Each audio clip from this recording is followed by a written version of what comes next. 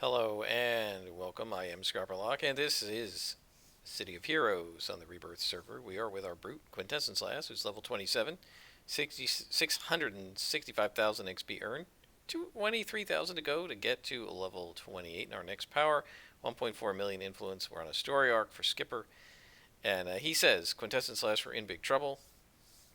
All this battling between the Furbolg and the Tuatha has finally come to a head.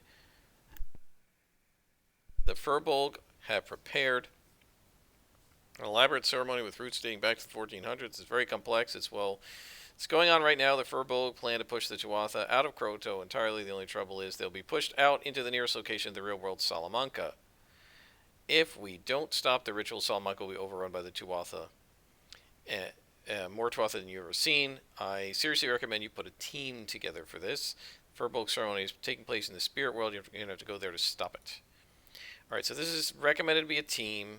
So I think the first thing we need to do... Are we not seeing contacts on here?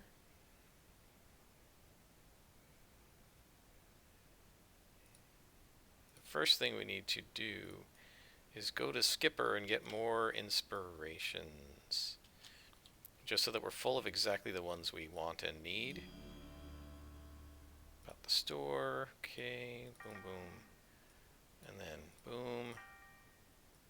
And then green. And 2 purples. And we're going to see if we can take this guy out at +1. If not, I'll redo it off screen at +0 or pause it. Well, let's try it.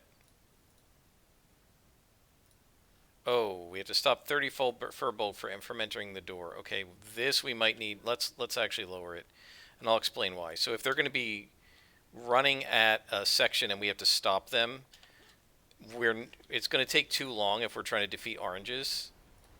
To kill one guy before the next guy spawns and comes after. It's going to be probably a spawn of 3. I don't know if we're going to be able to succeed at all, depending on how many come at us. We do have Taunt. We do have Fear, which can maybe help us, but I think we're going to need to be fighting white cons primarily. It's not so much that we can't handle a +1 or 2 elite boss. It's that if we are facing a bunch of orange cons that come after us, and they're coming spawn after spawn very quickly, like ambushes, and we're going to get overwhelmed, and it's not even that they're going to kill us. It's that somebody's going to get past us. And so if we can't and I don't know how many can get past us before you fail the mission, but if we let too many of them, or maybe even any of them past us,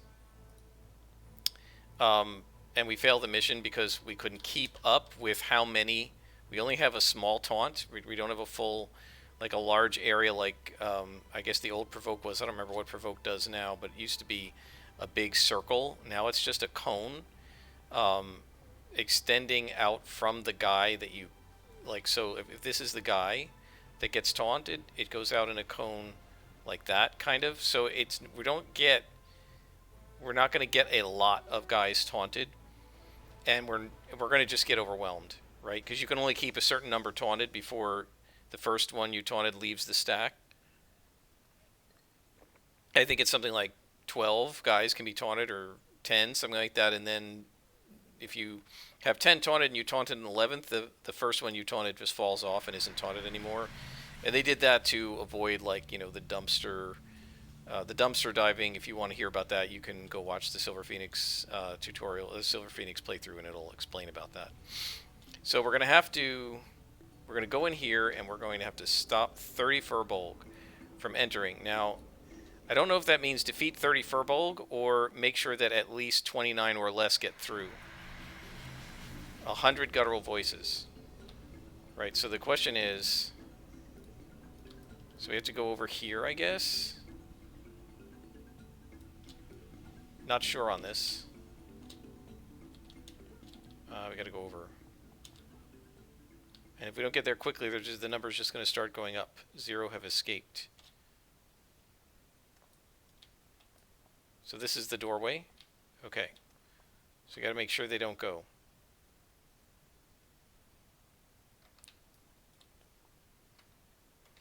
Nobody's coming at me yet. I'm sort of afraid to leave here because I don't know... Well, we're in this spot. Let's see what happens. Try to keep an eye on it.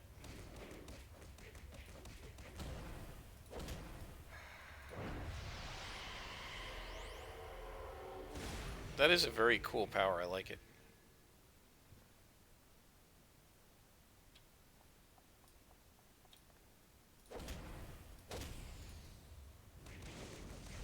I feel like I remember failing this when I tried it with somebody, and I don't remember who. I feel like I tried it with Liberty Lass, and I feel like what I may have done mistakenly was thinking that the place where we entered was the place I was supposed to stop them from, and all of a sudden the count started going up, and I was like, what the heck? And then I realized, oh, I have to be over here, and I got here too late. I feel like that may have happened, but I'm not really sure. There's no timer on this. I also get the feeling at one point that I started spiraling out and saying, well, let's just beat everybody up. And then more guys started attacking, you know, sort of coming toward it, and I was way the heck out because I had figured, oh, we're just beating these guys up. So, like, if there's 30 of them here, or say 100 of them, if I just beat 71 of them up, then they can't get through, right? 30 won't get through. But I don't really know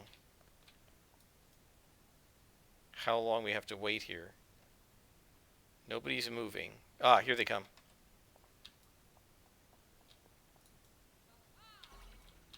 Does that work? Yeah, that worked.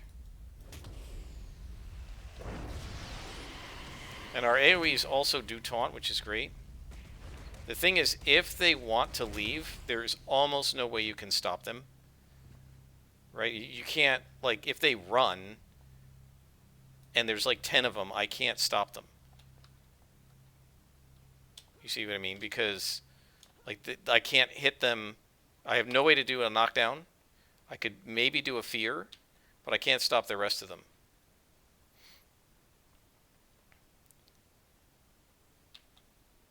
So I don't know how many are going to come, but this is why I made it Waycons. So guys, this may be I don't know, this is going to be a super interesting adventure. If it turns out that this is really boring and we're just sitting here waiting and nothing happens for too much time, I may just delete this video. And I'll just tell you about it. I just don't know if you're going to actually see it. We'll see. I am not good at standing on little surfaces with super jump, or even combat jump. You know what's screwing me up with combat jump is I have a jump modifier in it instead of a endurance reducer, so it goes a lot faster than I'm used to. Try to force him to attack me.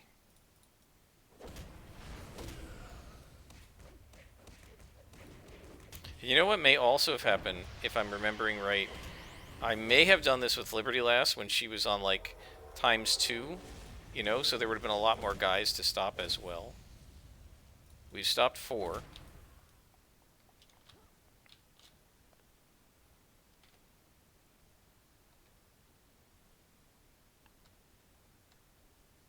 Now my instinct here, since they keep coming from, if they keep coming from the same spot, would be to move outward, but I'm not sure where they're spawning from. And I don't have any guarantee that they're all going to come from the same place.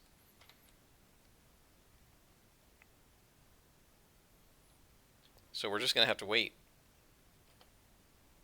This definitely is a mission that probably would work better with a group, because with a group more guys would be spawned and they'd probably come a lot faster and you wouldn't be just sitting here waiting so much.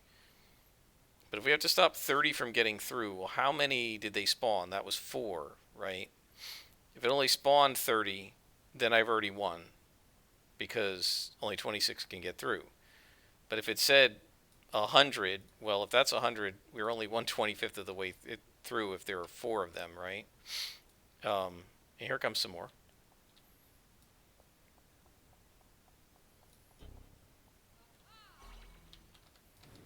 Let's try to put this guy under fear.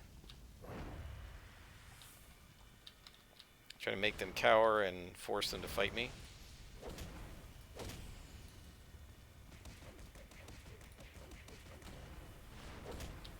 I want to get this guy before the fear wears off. I really don't like that the trees are getting in my way also.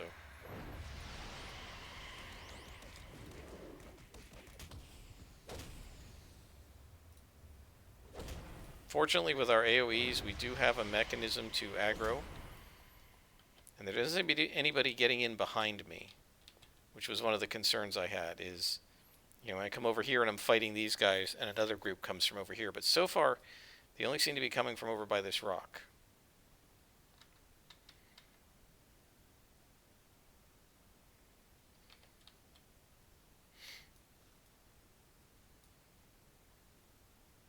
So while we're waiting, guys, I'm going to go ahead and refer back to what I said in the previous episode. We were talking about a player who was unhappy because her GM decided that GMing was too stressful for him, and he stopped the campaign. And then she found out he'd been continuing the campaign.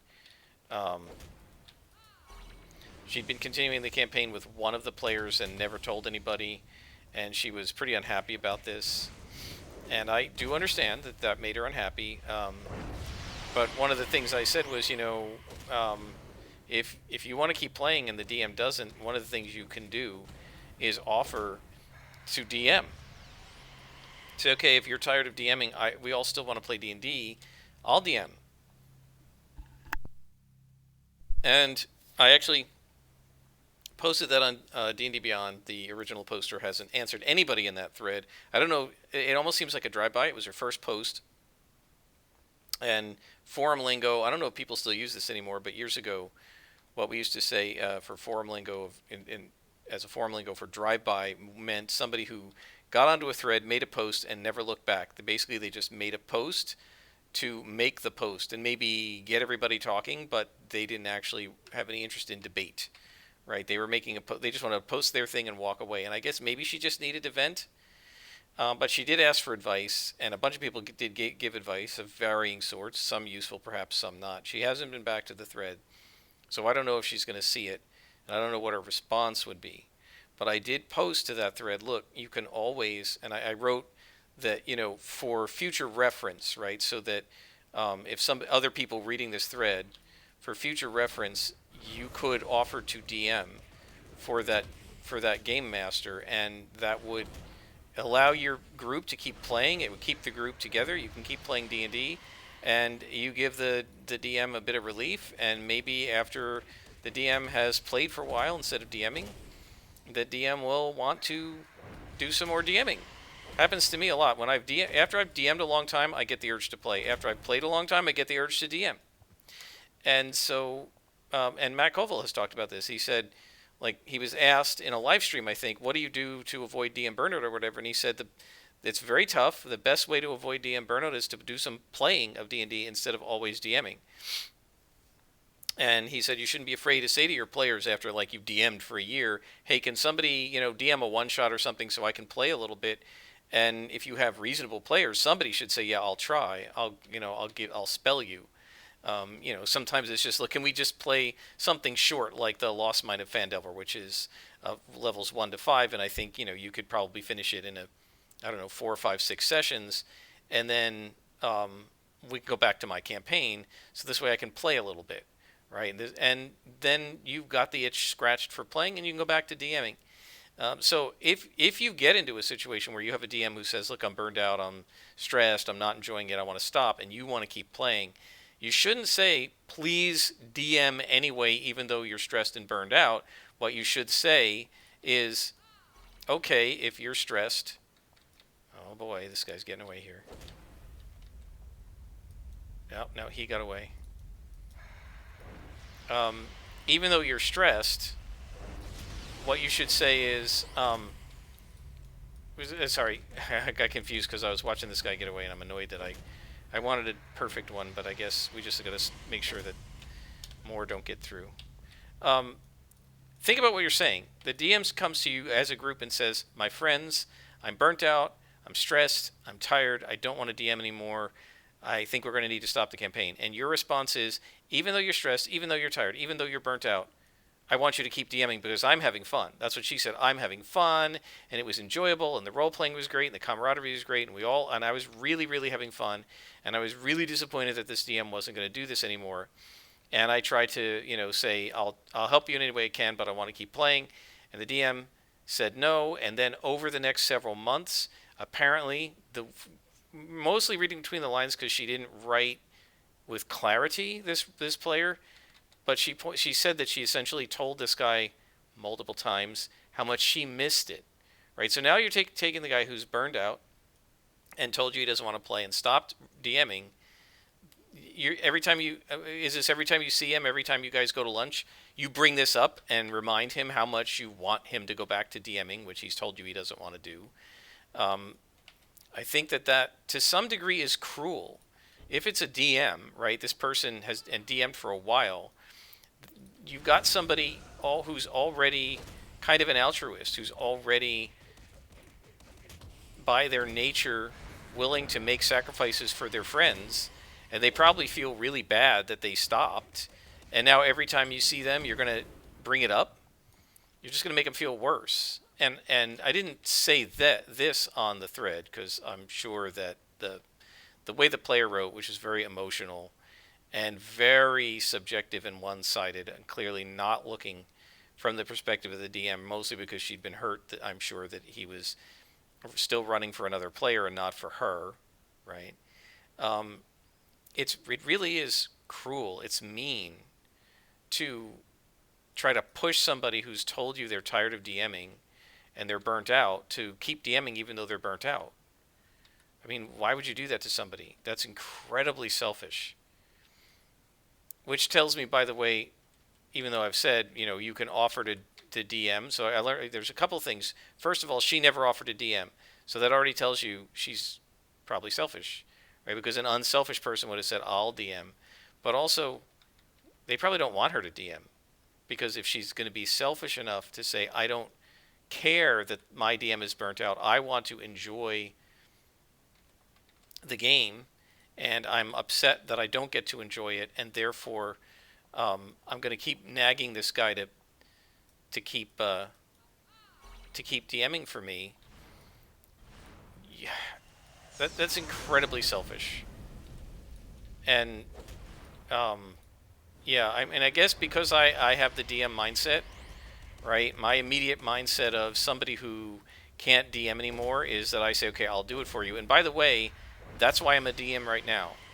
Because the guy who originally started all this, because I did not want to DM, and I said to everybody, I'll play, but I'm not DMing until I run through at least one campaign with a 5th edition character so I can see how 5th edition plays at the table. Not just watching it on Critical Role, but actually with a character sheet, seeing how the mechanics work, seeing it play in real time at the table. After I've seen it a few times, then I'd feel comfortable DMing it.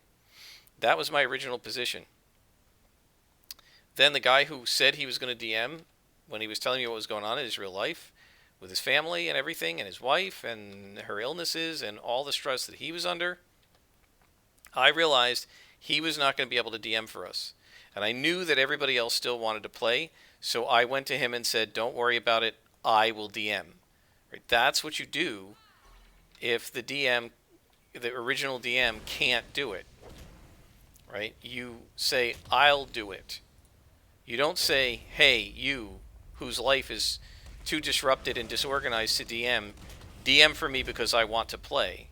That's really, it's not just selfish, it's cruel to the other person.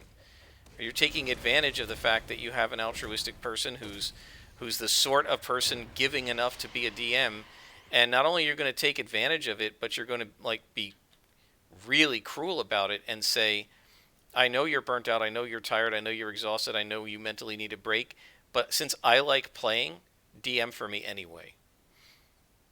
You shouldn't do that. It's really not fair. And so, I mean, to me, put your money where your mouth is. If you want to keep playing and this DM doesn't want to do it, you DM. Step up. Not enough people do that. And there aren't enough DMs out there. And Matt Colville has talked about this as well. And he has this whole channel called Running the Game, a playlist called Running the Game on his channel. And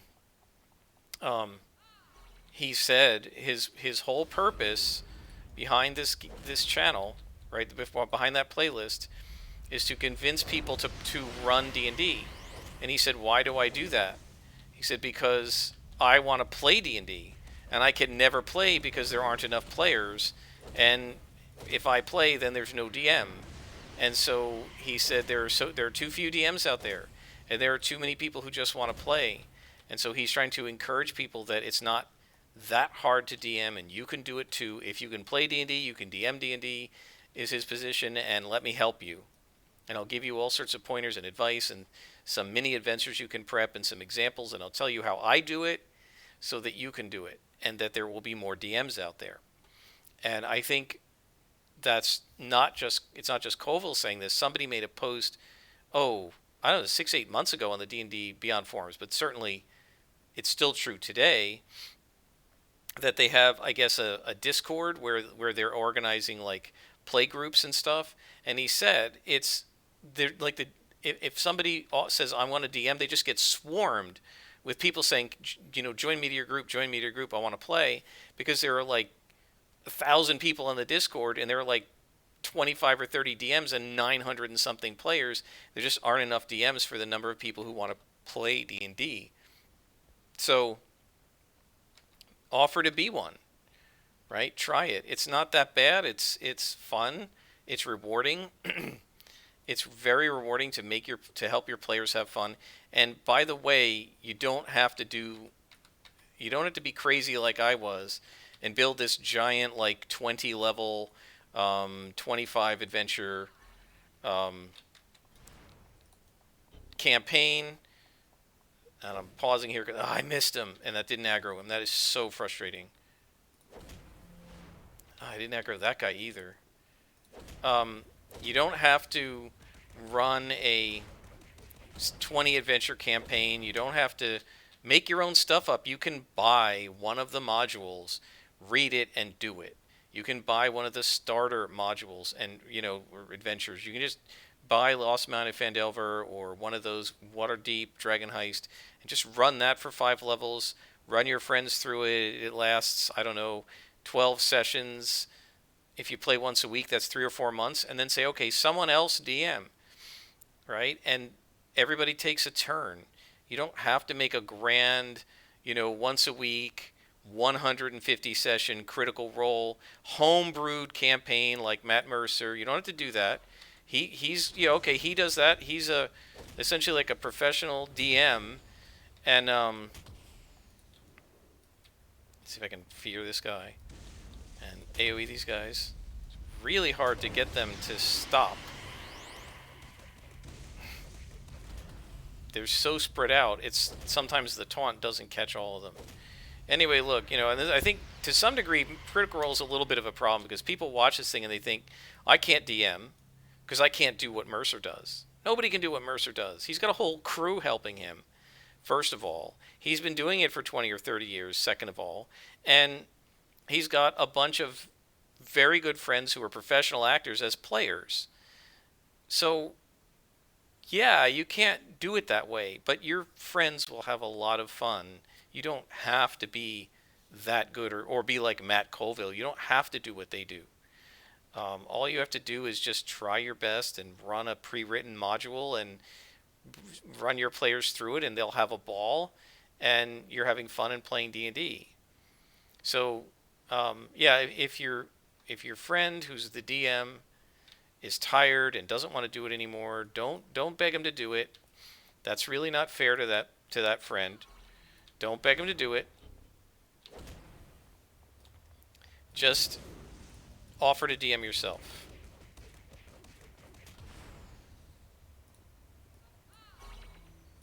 Right? And then, maybe after a while, your friend who's now been playing will say, you know what, I'll go back to DMing. Let's go back to that old campaign that we stopped at level 7 and pick up where we left off. And everybody will have fun, and then you'll get a little bit of a break from DMing. I think one of the really big advantages my group and I had was we rotated GMs. Everybody GM'd a little bit. So everybody got time behind the screen and everybody got time in front of the screen. Nobody burned out. And also we all got to see it from both sides. So there wasn't anybody sitting there on the player side of the screen not understanding what the GM goes through. And there wasn't anybody on the GM side of the screen not understanding what it feels like, say, to be a player and have your character knocked out in the first round of combat and have to sit there for an hour and a half while everybody else is doing a battle because your character got creamed, right? Um, take turns if you need to. It's perfectly fine to do that, right? You don't have to say, well, they don't do that on the big TV shows, right? Matt Colville is always the GM. Matt Mercer is always the GM. Chris Perkins is always the GM. There's, it's no problem to switch GMs, and lots of people do that.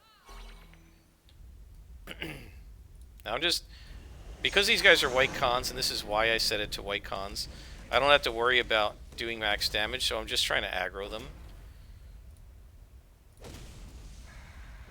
So one of the reasons I'm doing AoEs is just to aggro everybody.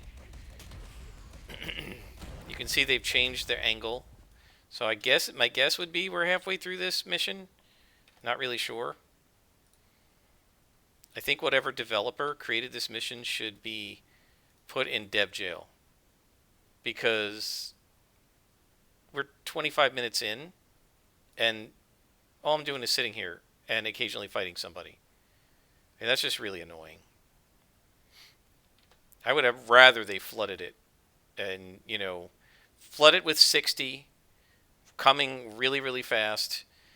Let me get overwhelmed. Let 15 or 20 of them get through, but I stop the rest or something. At least give me a progress bar. How many more do I need to stop? I was going to count, but I've lost track. I have no idea how many I've stopped now.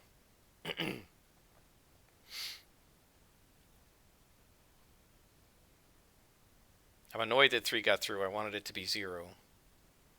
But, well.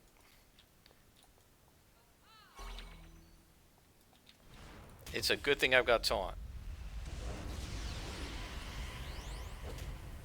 Because if I didn't have that, they would absolutely get through. Because I wouldn't be able to stop them all.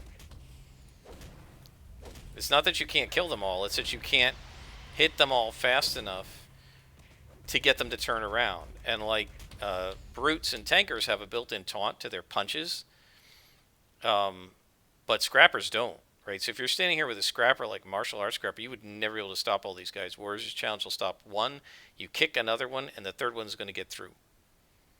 So I guess they're going to start coming faster now, I guess, because the last couple spawns have been a little quicker.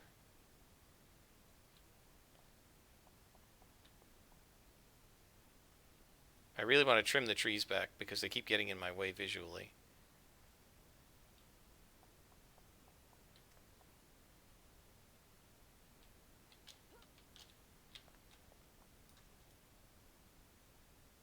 The leaves, So yeah, guys, rather than letting your DM get burned out, offer to DM a little bit.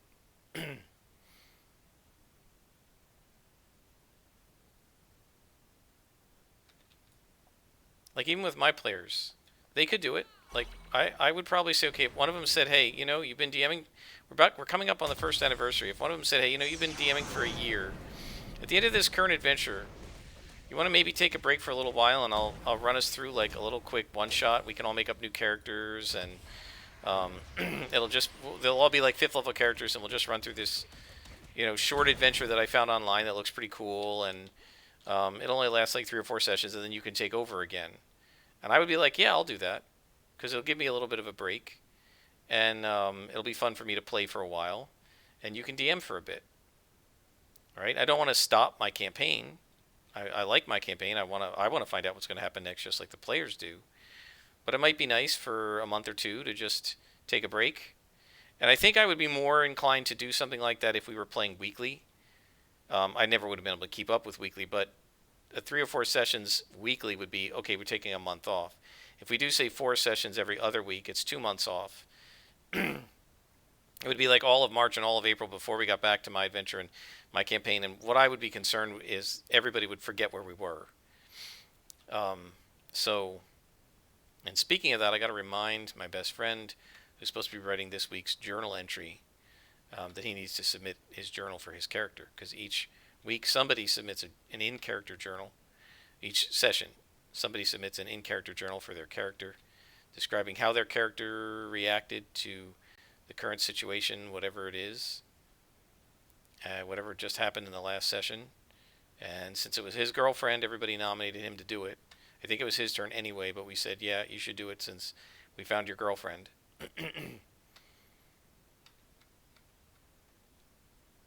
Oh, are these guys who were actually... Oh, they're coming from the trees now? Come on.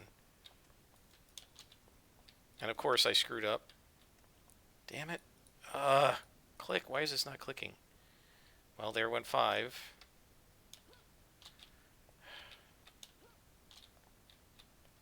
I think this might possibly be the worst mission they have in the entire game. Because it's way too much just standing here doing nothing.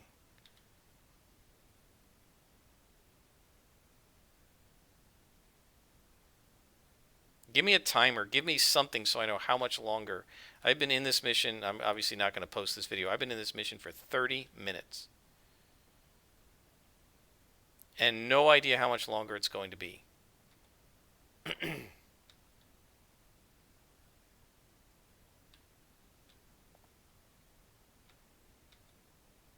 Some of the guys that used to be over here seem to have despawned. Unless they've actually are the ones who were running in. I wonder if I had just gone through this whole outdoor mission and just beaten everybody up, if it would have worked.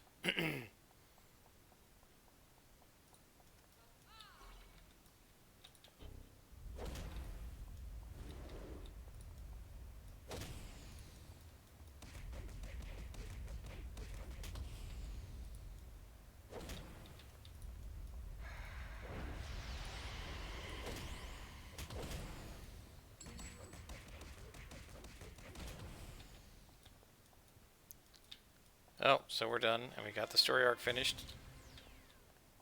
I guess maybe I can post it. Hopefully it won't bore too many people. What a terrible mission. Yeah, whoever wrote that should be fired. That was one of the worst missions in the game, because you're just standing there. And we've leveled up. So I guess we do need to... I do need to post this. So we've leveled up. And we've got a new contact, but first we need to level up and get a new power, which is, I guess, going to be our next secondary power.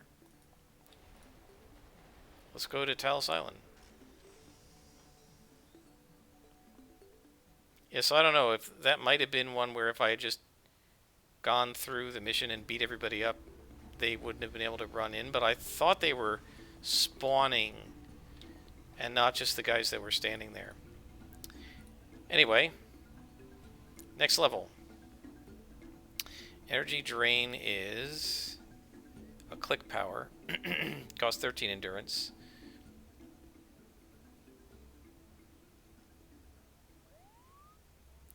Gives us a taunt. It gives us endurance. Removes endurance from the target. That's utterly useless. And gives us a chance to minus 100% recovery. Yeah, I mean, like, it's not useful at all to drain endurance from enemies because they don't use endurance. We get a teeny tiny little bit of resistance.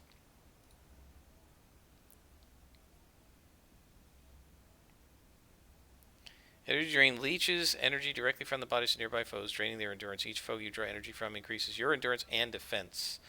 It's just a tiny little bit. But I guess if we do it at the beginning when we're surrounded, we'll get a little bit. Right? We get like a percent, a little under a percent per guy. Another really long recharge power. So many of these powers are situational. But okay. Let's get rid of this thing. No. I always click info instead of remove. So these are basically the same power. Not sure how useful that's going to be. How are we doing on recipes? We have some recipes, including a recharge. Excellent. So we can go ahead and put a recharge in that, I guess. Energy drain. I guess we're going to want 3 recharge, 3 defense, I guess, on it. Someday. But for now, we're just going to put a single recharge on it.